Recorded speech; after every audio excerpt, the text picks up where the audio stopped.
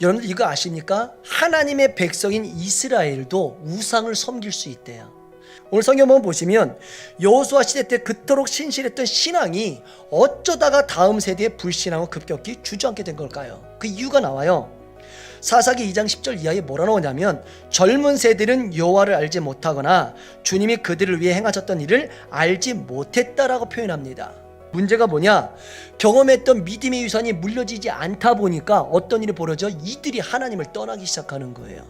정말 하나님 뭘 원하시는지, 성경 뭘 원하는지 제대로 알려줘야 되는데 제대로 알려주지 못했더니 어떻게 돼요? 하나님을 떠나는 시대가 되었다라는 것입니다.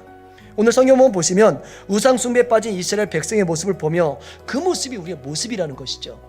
아까 말씀드렸죠. 지혜로운 사람은 실수를 극복하고 빨리 돌아서야 돼요.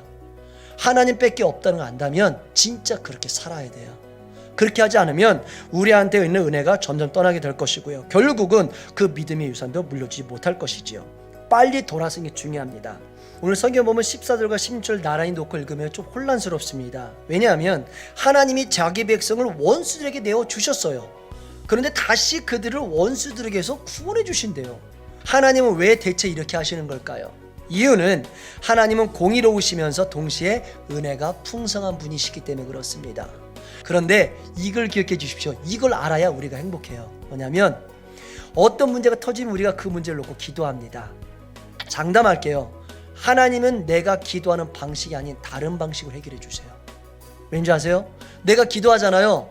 이 기도대로 하면요 하나님이라고 생각을 안 해요. 내가 머리로 계산했고 우연히로 생각했지 사람은 본능적으로 하나님께 영광 드리는 사람 그렇게 없어요.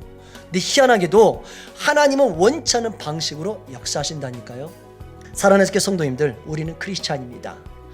예수 믿고 세상을 떠나고 하나님 원하시는 방식대로 살기로 결단한 사람이지요. 우리가 정말 크리스찬이라고 믿음 고백했다면 하나님이 어떤 것을 말씀하시든 편하든 불편하든 상관없이 그 길을 걸어가야 됩니다. 그게 때로는 불편하고 아닌 것 같아도 하나님께서 말씀하셨다면 그 길을 걸어갈 때에 하나님의 능력으로 모든 것을 극복하는 역사 그렇게 일어나게 됩니다.